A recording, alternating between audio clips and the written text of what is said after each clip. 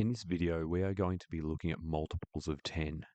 If we start off and we have a look at our 1 here, if we multiply 1 by 10, we have 10. If we multiply 10 by another 10, we get to 100. And this is the nature of place value. It's the 10ness of place value. Every place value column to the left is 10 times larger than the column to the right. So if we start off with 1 and we multiply by 10, we make 10. If we multiply 10 by 10, we get to 100. And it's important to start off with these concrete models so you can understand how multiples of 10 work. If we go to our next example, we can see that 2 times 1 equals 2, which is represented by our two ones. If we go to the next step, we see 2 times 10 equals 20, which is 10 times larger. If we have 2 and we times it by 10, we get to 20. Then the next step is 2 times 100 equals 200. We're 10 times larger again. So we're multiplying by 10 and we're making the product 10 times larger.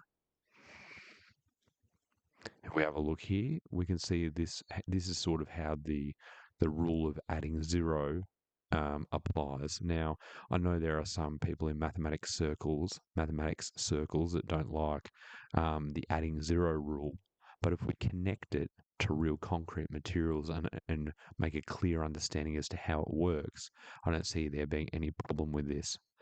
So 2 times 10 is 20.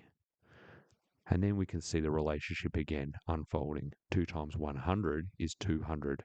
So we can see that we're adding those zeros on.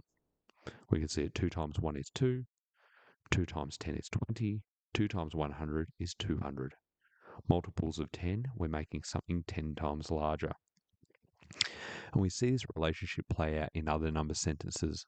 For example, 3 times 5 is 15, but we can see that 3 times 50 is 150.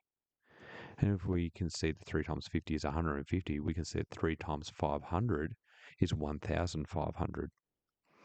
And the same goes for 2 times 6. 2 times 6 is 12, but 2 times 60 is 120.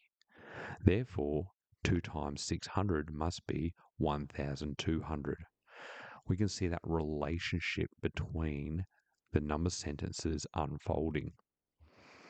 So if we go back to the start again, we can see the relationship or the 10ness of place value unfolding. If we start off with 1 and multiply it by 10, we get 10. If we multiply 10 by 10, we get to 100. And then if we see our relationship unfolding again, we have 2. Multiply 2 by 10, we get to 20. Multiply 20 by 10, and we get to 200.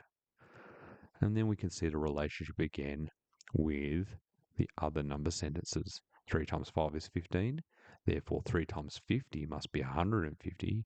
Therefore, 3 times 500 must be 1,500. And we can see the relationship again with 2 times 6. 2 times 6 is 12. 10 times more is 120. And then 10 times 120 is 1,200. So we can see the relationship unfolding. And it's very important to see this relationship when we're thinking about multiplying. The relationship between 3 times 5 and 3 times 50 is tenfold.